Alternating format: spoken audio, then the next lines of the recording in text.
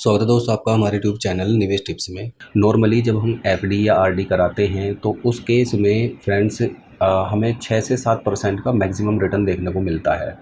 लेकिन अगर आप स्मॉल कैप म्यूचुअल फंड के रिटर्न्स देखेंगे तो वो आपको ज़्यादा ही देखने को मिलते हैं। फॉर एग्जांपल अगर मैं बात करूं एक्सिस स्मॉल कैप फंड के बारे में तो पिछले एक महीने में इसके रिटर्न 6.29% हैं।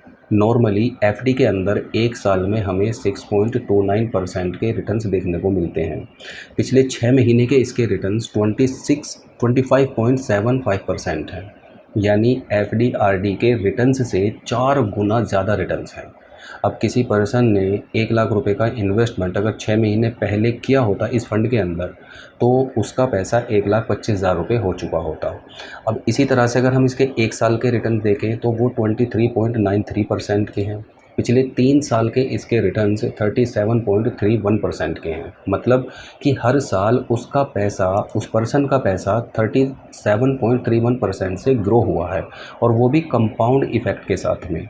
अगर 5 साल के हम इसके रिटर्न्स देखें तो 24.73% के इसने रिटर्न्स प्रोवाइड कराए हैं एक्सिस स्मॉल कैप फंड ने।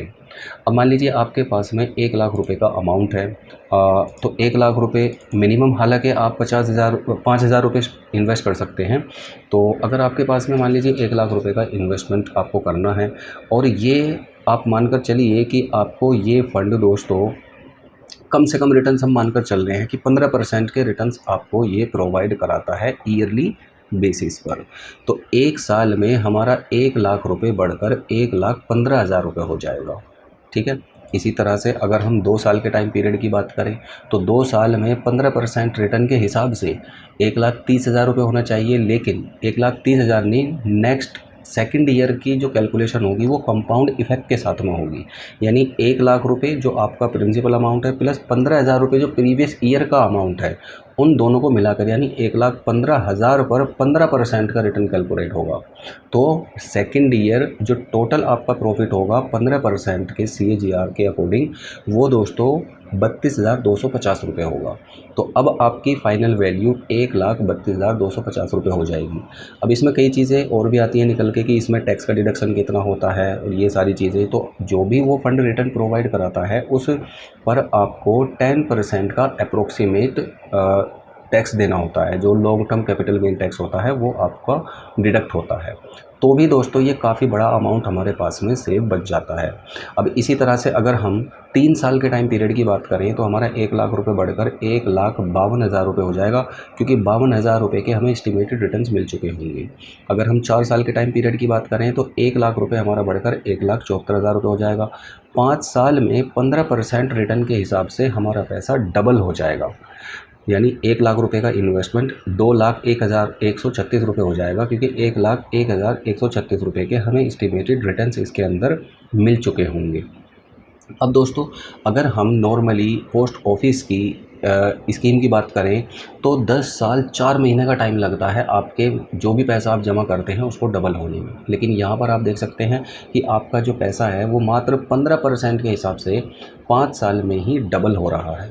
और अगर हम ओवरऑल इसके रिटर्न्स देखें तो 15% से ज़्यादा के ही रिटर्न्स इसने प्रोवाइड कराए हैं। अगर ये 18% के रिटर्न दे देता है तो उस केस में दोस्तों 5 साल में हमारा जो टोटल अमाउंट है, मान लीजिए वो 18% के रिटर्न दे देता है, तो हमारा 1 लाख रुपये बढ़कर 2,28,000 रुपये हो जाएगा, क्योंकि 1,28,000 रुपये के रिटर्न्स हमें मिल जाएंगे। ठीक है।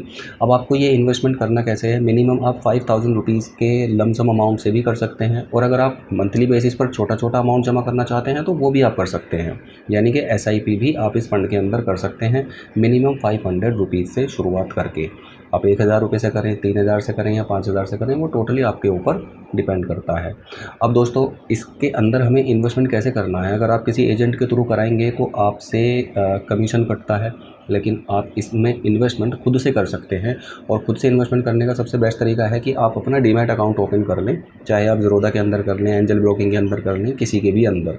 तो नीचे डिस्क्रिप्शन बॉक्स में लिंक दिए हुए हैं ज़ीरोधा का भी और